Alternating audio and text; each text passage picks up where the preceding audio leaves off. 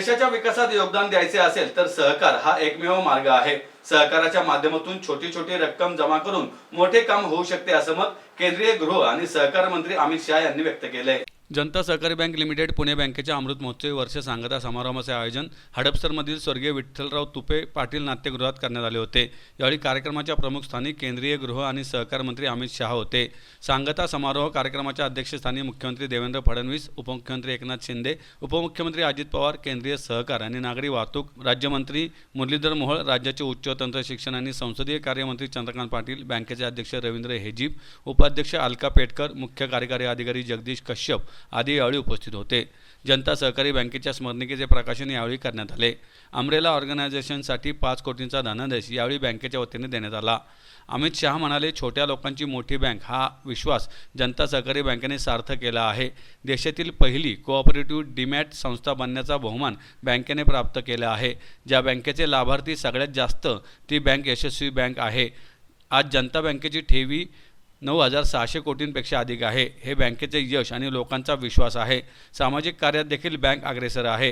कोणतीही संस्था जेव्हा सातत्यपूर्ण प्रगती करते तेव्हा त्यांचे संस्थापक, संचालक, सदस्य हे तिघे सगळ्या उद्देशांना पूर्ण करतात तेव्हाच ही प्रगती शक्य होते असे त्यांनी सांगितलं।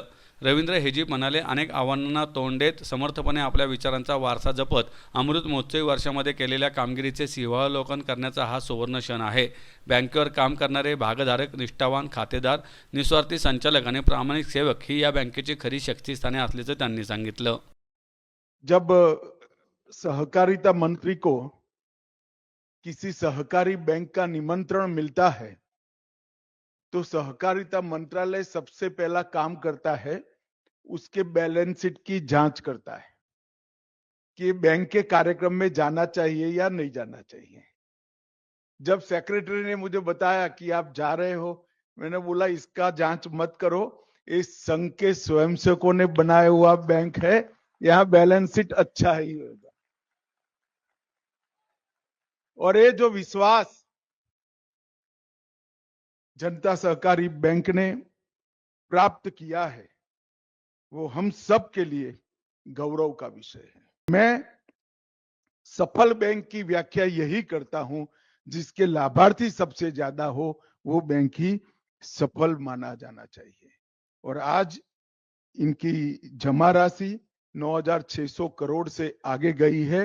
ये बैंक में लोगों के विश्वास को दर्शाता है। और समाज सेवा में भी जनता सहकारी बैंक ने कभी पीछे मुड़कर नहीं देखा। चाहे लातूर का भूकंप हो, कोल्हापुर, सांगली, चिपळूण की बाढ़ हो या कोविड हो, बैंक ने समाज के साथ मजबूती के साथ खड़े रहकर अपनी समाज सेवा का जज्बा भी लोगों के सामने दिखाया है।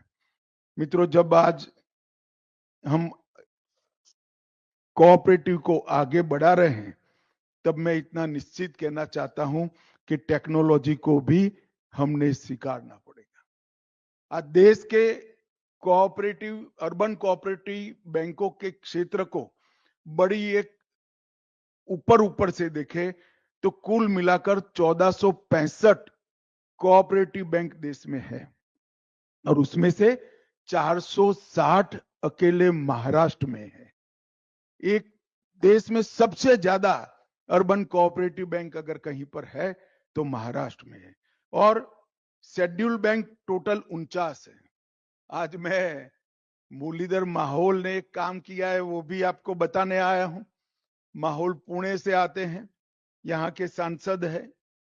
भारतीय जनता पार्टी की सरकार ने तय किया कि सेंट्रल रजिस्ट्रार कोऑपरेटिव सोसाइटी की रजिस्ट्रार के कार्यालय को क्षेत्रीय कार्यालय बनाया जाए, जिससे लोगों को सुविधा देने में बड़ी सरलता हो।